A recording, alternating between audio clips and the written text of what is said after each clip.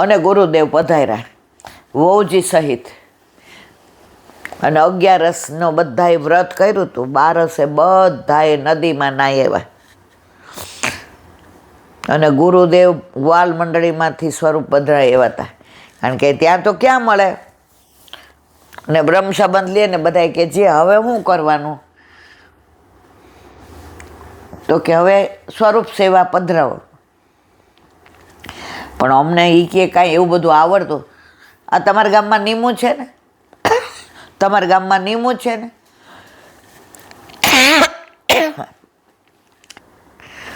અને બધાના ઘરે ઠાકોરજી પધાર્યા. હવે પાટોત્સવ બધાનો એક દિવસે છે. હવે બધાય ગુરુદેવે સાંજે પછી રાસલીલા ને ઢાઢી લીલા ને તપેલી થઈને, હવે એમના ગામથી ને ગુરુદેવનું ગામ લગભગ 4-5 ગાંવ. પેલા ગાંવ હતા, કિલોમીટર નહોતા. એટલે કે બધાને ત્યાં દૂર પડે. કાંઈ પૂછવું હોય તો તમારે નિમુન પૂછવાનું. એના સસરા તો આમ આંખમાંથી આંસુ જાય કે જેરાજ કેવા પુણ્ય કર્યા હશે કે પેટની દીકરી તો બીજે ગઈ, પણ આ દીકરીએ બધાય કે 2 કુળ ઉજાડે, પણ આ તો આખું ગામ અમારું ઉજાડ્યું. અને આનો જ સત્સંગ હોય તો કોઈ એક દિવસ સત્સંગ છોડે નહીં. ટાઈમમાં હોય ને એ દૂર બેસીને સાંભળે. અને કોઈના ઘરે માંદગી આવી તો નીમું પહોંચી જાય, ઠાકોરજી પધરાય આવે. કોઈના ઘરે ટાઈમમાં બેઠા, કોઈના ઘરે સુવાવડ આવી, કોઈના ઘરે સૂતક આવ્યું, બધાય નીમું નીમું. કોઈ નીમું ભાભી નહીં, નીમું કાકી નહીં, નીમું વહુ નહીં. હવે 8-9 વર્ષ થયા પણ પારણું ન બંધાણું. એટલે ગામમાં બધાને એક જ વસ્તુ કે આજે આટલી બધી નીમુડાઈ.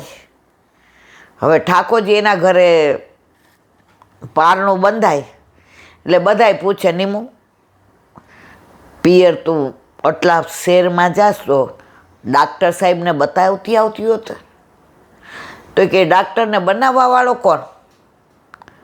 એ મારા ઘરે બિરાજે છે. એને જ્યારે એવું પાત્ર તૈયાર થશે અને દેવું હશે ત્યારે દેશે, ન દે તો મારો ઠાકોર તો છે જ. હવે પિયરવાળાએ કે તું કોઈ દી રોકાવા આવતી નથી, છોકરા હોય તો વેકેશનમાં આવે. હવે એના સાસુને ડાબી બાજુ લખવા નહોતો, પણ એટલું અંગ આમ ધ્રુજતું હતું. એટલે કોઈ ન હોય તો જારીજી ભરીને ભોગ ધરે, પણ કરી નહોતા શકતો. પછી ગામમાં બધાય ઠાકોરજીની પાસે બેસે ને ત્યારે માગે નહીં, પણ નીમુના ઘરે ભગવાન કાંઈક. અને 13મા વર્ષે નીમુને ત્યાં ટ્વિન્સ આવ્યા, 2 દીકરા. અને આખા ગામે ક્યારે આવ્યા એ ખબર છે? જે દિવસે આખા ગામના ઠાકોરજી બ્રહ્મ સંબંધ લઈને પુષ્ટ થઈને આવ્યા હતા, એ પાટોત્સવના દિવસે નીમુને ત્યાં 2 લાલા આવ્યા. અને સુવાવડ કરવા ગઈ નહીં, અહીંયા જ રહી. અને એના વરે કીધું કે સેવા હું કરીશ, રેશમી કપડાં ને રેશમી કપડું હાથમાં બાંધીને. પણ ઠાકોરજીને મારે બીજે ક્યાંય પધરાવા નથી. અને 40 દિવસે નંદ ઉત્સવ થયો ત્યારે આજુબાજુના ગામડાવાળા બધા આવ્યા અને ગુરુદેવ પધાર્યા અને નંદ ઘેર આનંદ કર્યો. એના જે 18.5 વીઘા જમીન હતી એમાંથી ને 9 વીઘા ગુરુદેવને પધરાવી દીધી. કે નોમના દિવસે આવ્યો, બધાએ નોમના બારસના દિવસે. અને મારે આ લાલો આવ્યો એ મારો નથી, અમારા પછી અમારા ઠાકોરજીનું ધ્યાન રાખવાવાળો આવ્યો છે. એટલે અમારે અને નામ પાડી દીધું શ્યામ ને રામ, રામ ઓર શ્યામ. તો મારો કહેવાનો આશય એ છે કે તુજ સંગ કોઈ વૈષ્ણવ થાય તો તું વૈષ્ણવ સાચો, તારા સંગનો રંગ ના લાગે ત્યાં સુધી તું કાચો. મારા વાલા, એવા એવા પ્રસંગો મને લોકો કહે, ફોન કરે ને પહેલાં પૂછે ઈલાબેન તમારી પાસે 20, આજ સવારે જ ઓલા બેનનો ફોન આવ્યો હતો. એક બેનનો બિચારાનો ફોન આવ્યો એ કે ઠાકોરજી પધરાવ્યા ને 2 મહિના મારી છોકરીને કેન્સર આવ્યું, એટલે બધા મને ટેણા મારે છે, મેણા મારે છે. હતું ને, તમે હાજર હતા ને? મેં કીધું એ તો એના કર્મો પ્રમાણે.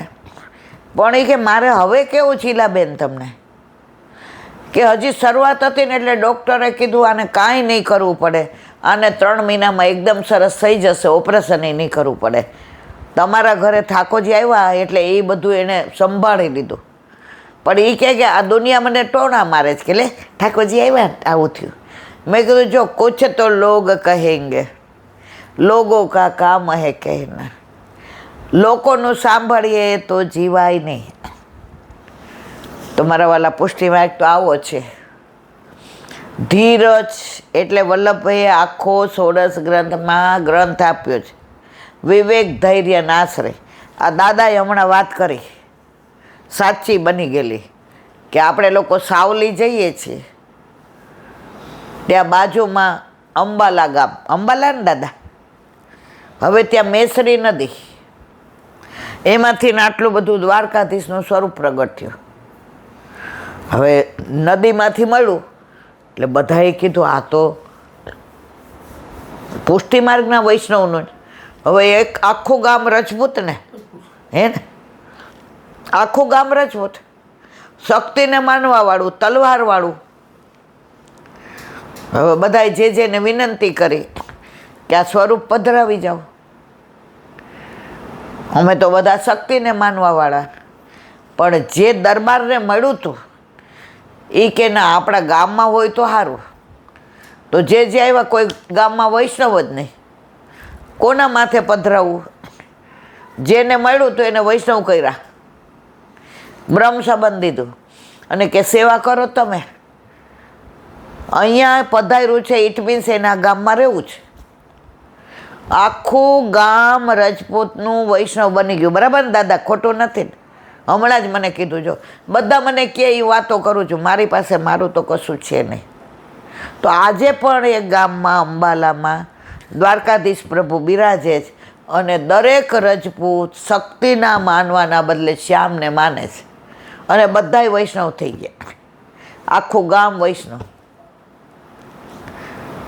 હા, તો હમણાંની જ વાત છે. તો પ્રભુ ક્યારે કોના ઉપર કૃપા કરે છે એ ખબર પડતી નથી. ઘણા વેમમાં રહેતા હોય, અમે તો આમ સેવા કરીએ ને, અમે આમ ધરીએ, અમે હીરા ધરાવીએ ને, મોતી ધરાવીએ ને. પ્રભુ કે બધું રાખ, તારી પાસે મારું આપેલું છે ને. જે ભાવ ધરાવવો જોઈએ એ તો તું ધરાવતી નથી. પ્રભુને ભાવ તો ધરાવાતા નથી. જ્યાં ભાવથી પ્રભુ આરોગે ને એ તમારા અભિમાનથી ના આરોગે.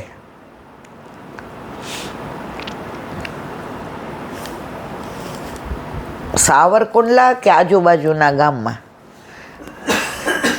પહેલાં આપણને 70 થયા ને, લગભગ 60-70 વર્ષ પહેલાંની વાત છે.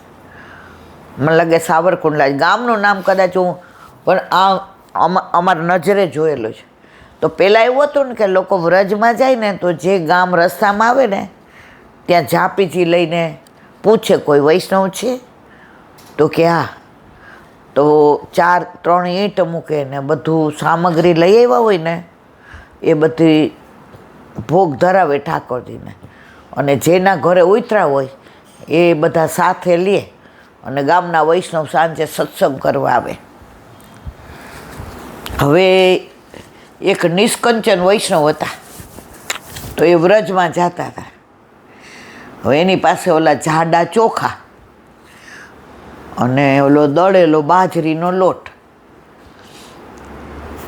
આની ખામી, હાવ નિષ્કંચન હતા. પરાણે વ્રજમાં જતા હતા. હવે પૂછ્યું આ ગામમાં કોઈ વૈષ્ણવ છે ઠાકોરજી? કે હા, પધારો પધારો. તો ઓલા વૈષ્ણવે તો ઠાકોરજીને કળશો કર્યો એટલે નજર ઉતારી. હવે પછી કીધું અમે ભોગ ધરાવીએ? તો કે ભાઈ અહીંયા સામગ્રી તૈયાર છે, અહીંયા પધરાવી દો. એ કે પણ હું બાજરાનો લોટ ને એ બધું લઈને આવ્યો છું એટલે ભેળી કરીશ. તો ઓલા વૈષ્ણવ કે આપણે ભેગું કરો. તો અમારા ઠાકોરજી નહીં કરો. ઓલા રાજી થઈ ગયા. પછી કે ખેતરમાંથી ને એ કે હું વીણી આવું, મારા ઠાકોરજીમાં કોઈનું કાંઈ નહીં. એ કે ઓલા કે સારું હાલો ખેતરમાંથી ગવાર ને બધું વીણી આવ્યા. એટલે ગવારને હું શાક કર્યું, બાજરીના રોટલા કર્યા, ભેળી કરી. હવે પૈસા થોડા જ હતા. હવે દહીં ભેળી હારે હોય કાં કઢી હોય તો સારું લાગે. એટલે ઓલા વૈષ્ણવે કીધું અમે દહીં મેળવું છે. તો બાજરીનો લોટ કોનો હતો? જે આ વૈષ્ણવ આવ્યા હતા એના. ભેળી કોની હતી? આના. અને આ બધું આનું. હવે બેયના ઠાકોરજીને ભોગ ધરાવ્યો. એટલે 3 આ લોકો હતા જેના ઘરે ઉતરા હતા એ, અને 2 આ લોકો હતા, એટલે 5 જણા. હવે ગામમાં ખબર પડી કે મહેમાન વૈષ્ણવ આવ્યા છે અને વ્રજમાં જાય છે. હવે પહેલાં તો વ્રજમાં જવું એટલે નસીબ, સૌભાગ્ય, યમુનાજીની કૃપા. અત્યારે આપણે હાલી નીકળ્યા છીએ કે આ બસ પ્લેનમાં ઉપડ્યા, ટ્રેનમાં, ને તોય પાછા એમ કહી બાપા થાકીને, બેન શેની થાકીને ઠ્યા થઈ જશું. હવે પરાકાષ્ઠા ક્યાં આવી? બનાવ્યું તો આટલું 4 રોટલા ને ભેળી ને ગવારનું શાક ને દહીં ને, અને પહેલાંના જમાનામાં કાચરી ઘરે બનાવતા, કાચરી ગવારની ને કારેલાની ને આપણે મોટા ઘરે બનાવતા હતા એ તળીતી. હવે ગામના 50-60 જેટલા વૈષ્ણવ હતા ને એ બધા મળવા આવ્યા. હવે એને એવા સમાચાર મળ્યા કે બપોરે 2 વાગે નીકળી જવાના. એટલે આ લોકો પ્રસાદ લે ને તો એ લોકો પહેલાં પ્રસાદ લીધા પહેલાં આવી ગયા કે મળી આવીએ, વ્રજમાં જાય છે. તો બધા પહેલાં શ્રીફળ દેતા હતા. હવે રોકડા દે છે, કારણ કે શ્રીફળ દે તો કોથળા ને કોથળા ભરાઈ જાય. એટલે બધાય કેવા આવ્યા કે અમારે સુધી લેજો, અમને બોલાવે, આમ તેમ. એટલે ઓલા જે નિષ્કંચન વૈષ્ણવ હતા ને એ બધાએ કીધું કે મારા વાલા તમે એ કે હવે બસ જઈને પ્રસાદ લઈએ, તમને જય શ્રી કૃષ્ણ કરવા આવ્યા ને શુદ્ધિ લેવાનું કહેવાય. એ કે બધાએ બેસી જાઓ. તો ઓલા જેના ઘરે ઉતરા હતા ને એને બીક લાગી. એ કે 4 રોટલા, આટલી ભેળી બનાવી છે એમણે, મને દહીં અને કાચરી અને ગુવારનું શાક. એટલે ઓલાએ કાનમાં બોલાવીને કીધું, એ કે એક ટૂંકમાં બધાને, એ કે ના પાતર પાડી દો. હવે લગભગ 38-39 વૈષ્ણવ હતા. ઓલા ભાઈ તો ફાટી પડ્યા. એ કે આ તો આબરૂ ને કાંકરા થાય. એટલે એની વહુ કે કાંઈ વાંધો નહીં, હું અંદર રોટલા ટીપવા માંડું અને દહીં કે મંગાવી લઈએ, દહીં ને રોટલા. ઓલા કે કાંઈ ટીપવા નથી, બધા બેસજો. બધાય વૈષ્ણવમાં પ્રસાદ લીધો. રોટલા, ગુવારનું શાક, ભેળી, કાચરી અને દહીં. એણે શું કર્યું હતું? એના ગુરુદેવની આજ્ઞા લઈને નીકળ્યા હતા. વલ્લભકુળનો પ્રતાપ આજે પણ તમે જુઓ તો એના ગુરુદેવે એને ઉપરનું ઓઢાડ્યું હતું. એ ઉપરનો ઢાંકી દીધો. કેવી શ્રદ્ધા! જેને શ્રદ્ધા નથી એને ખૂટે હો. શ્રદ્ધા હોય ને આશે જ. બધાએ પ્રસાદ લઈ લીધો અને ઓલો ઉપરનો હતો એ છેલ્લે જ્યારે બધાએ લઈ લીધો અને બધાએ જય શ્રી કૃષ્ણ કરીને ગયા કે અમારી સુધી લેજો. હવે પહેલાં ટ્રેનને એવું નહોતું, ગાડામાં જતા હતા, અમુક જગ્યાએ હાલીને જાય. પછી ઓલા વૈષ્ણવે કીધું તમે શું કર્યું? એ કે મેં કાંઈ નથી કર્યું, ગુરુદેવે કર્યું. અમે ગયા ત્યારે દંડવત કરીને આજ્ઞા લેવા ગયા ત્યારે આ ઉપરનો ઓઢાડ્યો હતો. એ કયો ઉપરનો હતો? એમણે ધારણ કર્યો હતો. તો જેવી અમે દંડવત કર્યા તો એનો ઉપરનો મારા ઉપર ઓઢાડી દીધો અને એ ઉપરનો એમણે આ ઢાંકી દીધો. અને પછી બધાએ પ્રસાદ એ લોકો 3 આ અને 2 આ 5 જણાએ લીધો. ત્યારે પેલા જે વૈષ્ણવ સાવરકુંડલામાં રહેતા હતા એ લુહાણા જ હતા. એ કે ભાઈ તમને વંદન, હજી અમારામાં આવી શ્રદ્ધા નથી, અમે તો એ કે ટીપા બેસી જાત. એ કે આ ગામમાં આવ્યા હશું તો ગુરુદેવા એટલા માટે જ મોકલા હશે, નહીં તો તમારાથી અડધો ગામ પાછું બીજું ગામ છે. પણ અહીંયા સાવરકુંડલામાં નાવલી નદી છે, નાવલી નદી. અને પેલા બંધ નહોતા બાંધેલા, નદીમાં ભરપૂર પાણી. અમે નાહ્યા છીએ, અમે ત્યાંથી પાણી ભરી આવતા હતા. અને સાવરકુંડલામાં નાવલી નદીના કિનારે વલ્લભના વિશ્રામના બેઠક જે છે વલ્લભ ત્યાંથી પસાર થતા હતા અને રાજભોગનો સમય થયો. દમલા ઠાકોરજી કો ભોગ ધરાનો હે, તો ત્યાંથી બધું લઈ આવ્યા. નાવલી નદીમાંથી જળ ભર્યું, ઠાકોરજીને ભોગ ધરાવ્યો, થોડો વિશ્રામ કર્યો અને આગળ નીકળ્યા. તો સાવરકુંડલામાં વિશ્રામના બેઠક જે છે. મારે કહેવાનો આશય એ છે, તમારી શ્રદ્ધા હોય, વિશ્વાસ હોય, દ્રઢતા હોય તો આજે પણ આવું બને છે. આજે બીજી બધી તો ખૂબ આ તો બધું એવું છે, કાંઈક પ્રસંગ કોકે કીધેલા યાદ આવી જાય તો પછી બધું રહી જાય. પણ પુષ્ટિ માર્ગ તો આવો જ છે, અગાધ છે. અને પુષ્ટિ માર્ગમાં તો આ બધું આજની તારીખમાં એ બને છે. તમને શ્રદ્ધા હોવી જોઈએ, વિશ્વાસ હોવો જોઈએ. તકલીફ એ જ આપણે ડગી બહુ જઈએ છીએ. બોલો વલ્લભાધીશ.